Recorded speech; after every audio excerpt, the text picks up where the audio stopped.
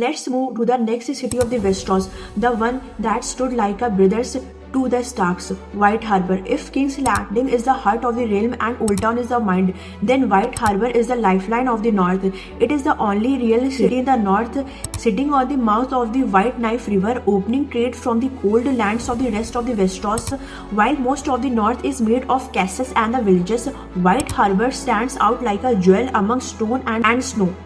The city is ruled by the House Manderly, one of the most loyal houses to the Starks. Long ago, the Manderlys were powerful lords in the Reach, but they were driven out by the other houses.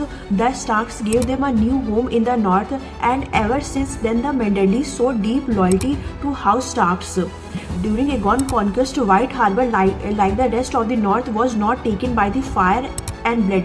Instead, after King Torrhen Stark, the king who knelt, submitted to Aegon, White Harbor and House Manderlys also bent the knee peacefully. Because of this, the city never burned or destroyed, and the Manderly kept their lands and the ships under the new Targaryen rule. White Harbor is famous for its harbor and fleet, something that was rare in the north.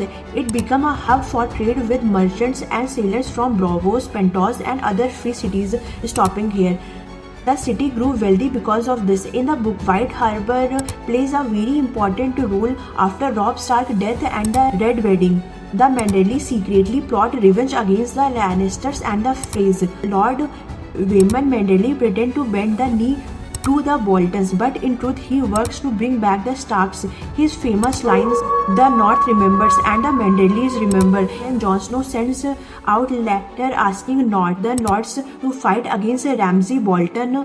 Later the Manderlys march with the Starks to take back the Winterfell, but the show didn't give them too much screen time. But in books they play a very important role. They are far away from the Iron Throne, but they have something more powerful than golds and the ships. That is the loyalty toward the North.